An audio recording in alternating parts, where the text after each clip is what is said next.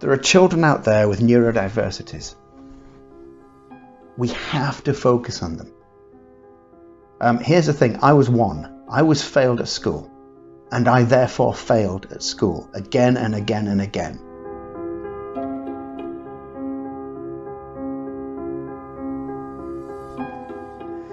Hi, a couple of things I'd like to talk about. In fact, 3 things. The first thing is transitioning. Transitioning is really important. We know what transitioning is. Transitioning is when a child goes from one teacher to another teacher, from one school to another school, from one class to another class, sometimes even from one lesson to another lesson. Now with lockdown, what we learned is that they had to transition in a completely different way. They had to transition from learning in school to learning at home. Then we realized that the transitioning had to occur a second time, from learning at home to learning in school. What this teaches us about transitioning is that transitioning is not an activity. It's not something that happens. It's not an event. It's a lifelong thing, and it's something that keeps going again and again and again. So the lessons that we learn from transitioning are that we must always keep our children appraised of what's happening and why. So much of our time at school, if you think about it, is the children sort of come into school, we give them something to do, or the teacher gives them something to do, or whoever it is gives them something to do, and then they do it, and then they go home and they've got homework, and then they come in the next day and they give the homework in, and the teacher marks the homework and punishes them for getting it wrong, or whatever the teacher does. And then the whole process is repeated again. At no point in this cycle is the child kept up to date with what's happening and why, and what's going to happen next. This is really important, because we've learned with transitioning that if transitioning is a constant thing, it's a cyclical thing. If transitioning doesn't stop, if transitioning begins at one point and then keeps going from school to home, and then from home into a home working environment, and home working environment back into school, the way to manage this is to keep children, if you like, informed, and to keep them engaged, and to give them a voice, so to keep them empowered in this. So that's the first thing. We realize that transitioning isn't just something that happens from lesson to lesson. It's not just something that happens from school to school or from teacher to teacher. Transitioning is something that is constant, and that what we're experiencing with sort of pre-lockdown to lockdown, lockdown to post-lockdown, is that transitioning happens all the time. All the time. The second thing that I'd like to talk about is something that teachers betray. Now, this is really important. What is it that teachers have betrayed about teaching? When children were required to go home, and then more importantly, when children were, on the cusp of going back, and the government was saying we want children to go back, and the teachers' unions were saying no. What they were doing was they were effectively saying, no, the educational environment, the educational setting that we have created for children is not necessary.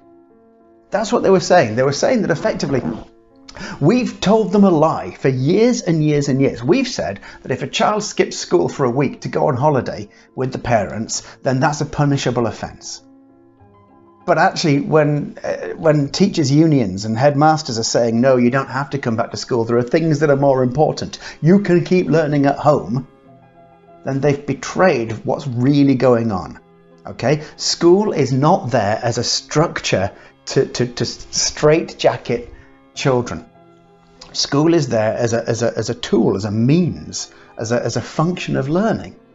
Now, sometimes you don't need to be at school, and sometimes when you're at school, the structures of the school, so the 4 walls, the boxes, if you like, the time structures, the physical structures, the age band structures, turns out that they're not a necessary part of education.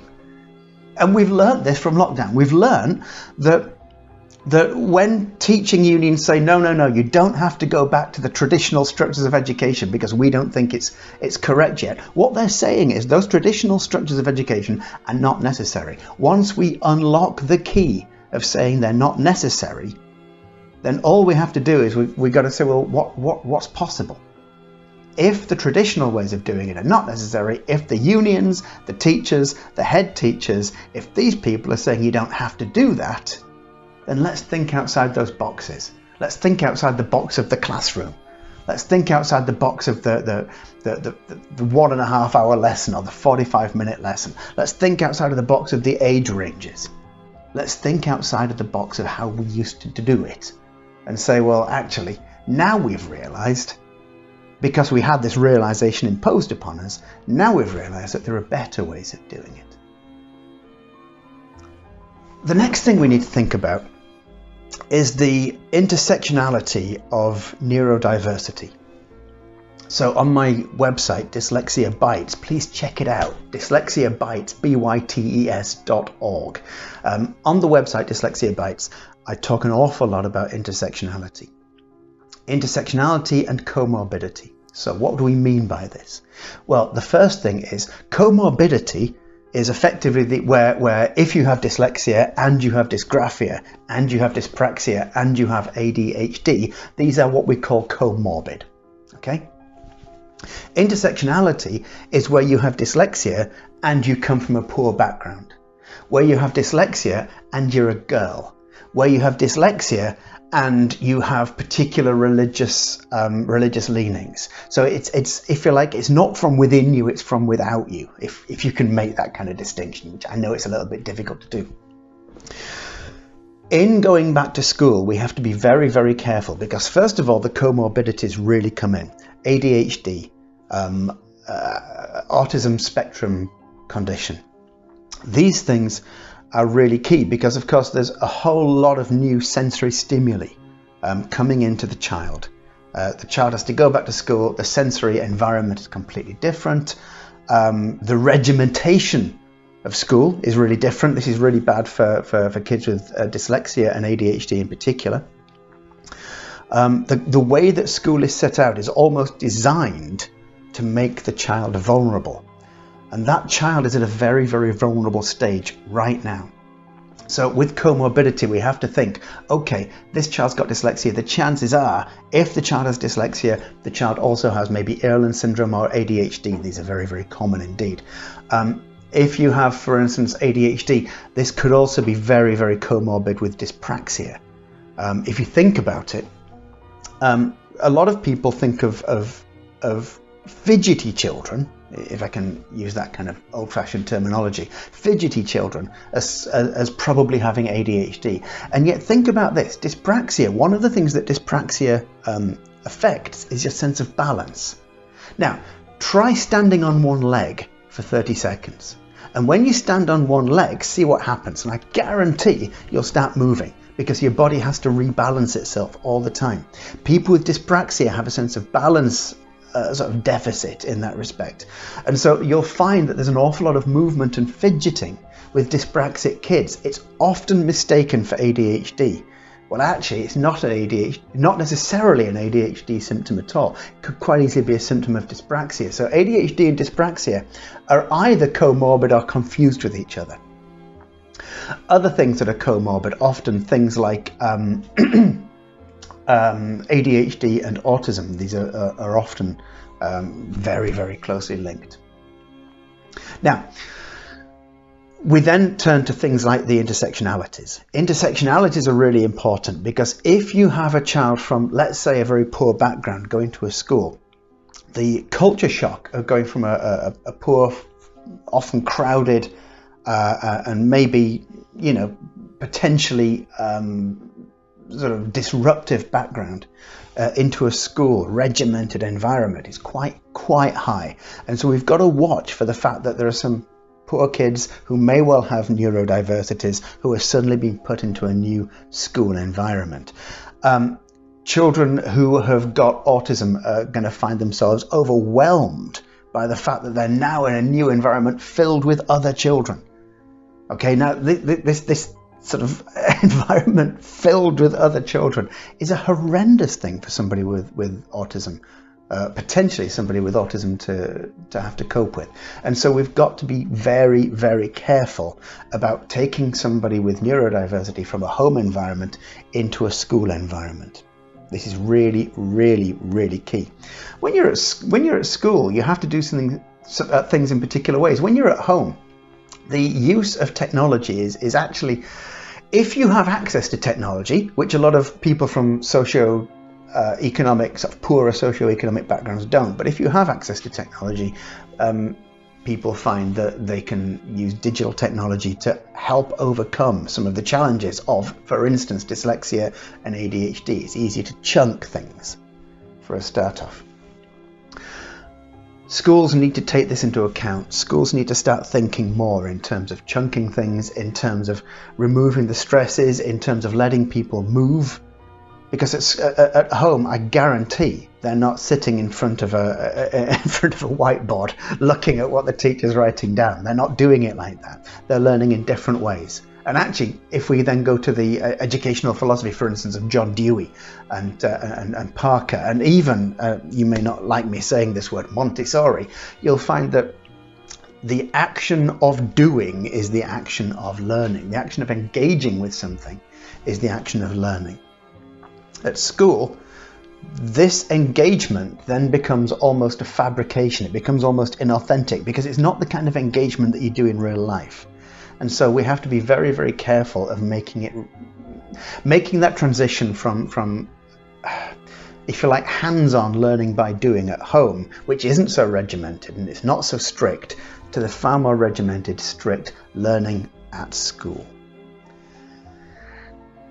Finally, and this is something that's very, very close to my heart. I was talking to somebody, a young child, who is very, very close to me recently. And he is about to make the transition from primary school to secondary school. And he looked at me and his eyes were filled with fear. And I'm not joking, I'm not exaggerating. His eyes were filled with fear and with sadness. And he said to me, "Is secondary school as bad as primary school?" Is secondary school as bad as primary school? Now, the problem is, the schooling system helps most kids, but there's at least 15% of the population with neurodiversity that it doesn't seem to be catering for. And those kids, and by the way, this child is on the autism spectrum and is on the dyslexia spectrum. Those kids have failed. They are punished for their failures. This is the point. Look, I mean, if you don't get your schoolwork done, if you behave in ways which are not supposed to be the ways that you behave at school, typically in schools, there's a form of punishment involved. However we punish, these days we don't cane people anymore, but what we do is we keep them behind during break time, or we make them do the homework again, or we shout at them, or whatever it is. These kids are failing not because they want to fail. No child fails because she wants to fail. These children are failing because they can't do it. If they have neurodiversities, the chances are they're failing because neurologically they're not built to do it. Okay? If we then penalize them for getting things wrong, in ways which I can guarantee they weren't being penalised at home for. If we now penalise them in the school setting for getting things wrong, what we're doing is we're traumatising them.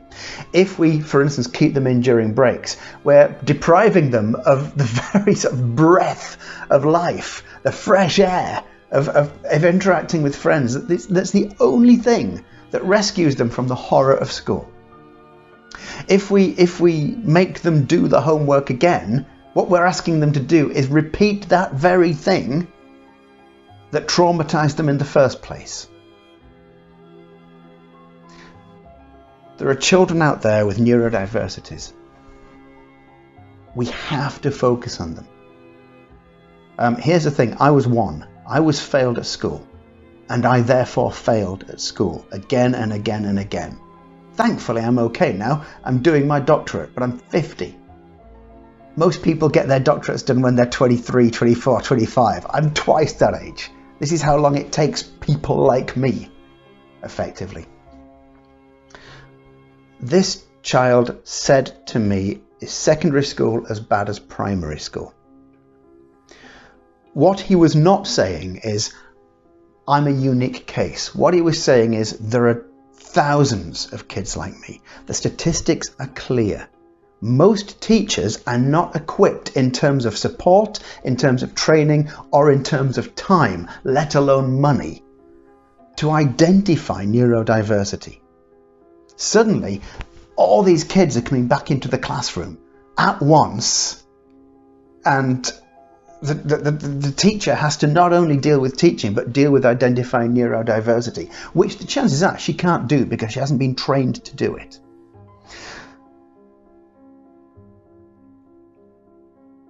A huge number of kids, I think it's like 3/4 of kids with dyslexia, try to hide their dyslexia at school.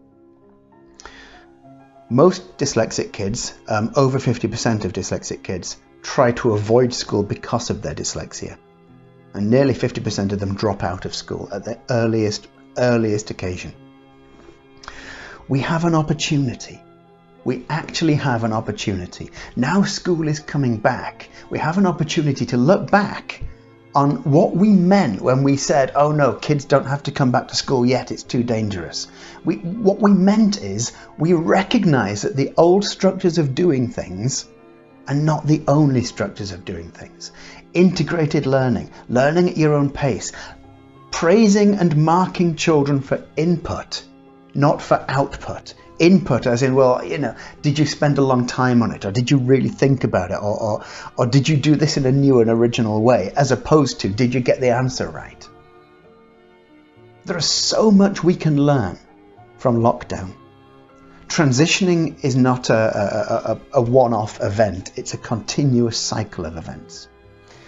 The school system that we have always pushed and punished people for not conforming to is not necessary. It's not the only way of educating. There are kids with neurodiversities who are going to be suffering when they come back to school. Most teachers are not given the training for neurodiversity awareness.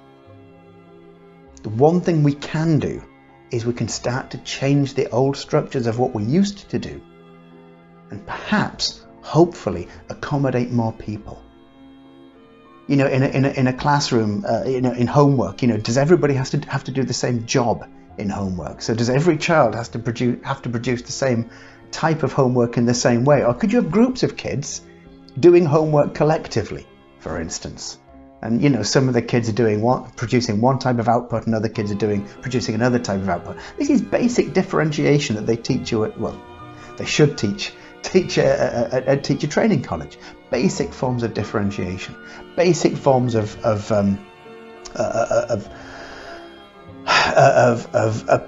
accommodations. And the longer we leave it, the more we risk children like the one I was talking to being traumatized by a schooling system that we now know is not as monolithic as it could have been. Please think about that. Please think about that. Thanks very much. Thank you for watching. I hope you found it enjoyable and useful. In the comment box below, please put a question or a comment about the video. To grow our community more and help other teachers out there, please subscribe to the channel and share our posts and videos. Thank you.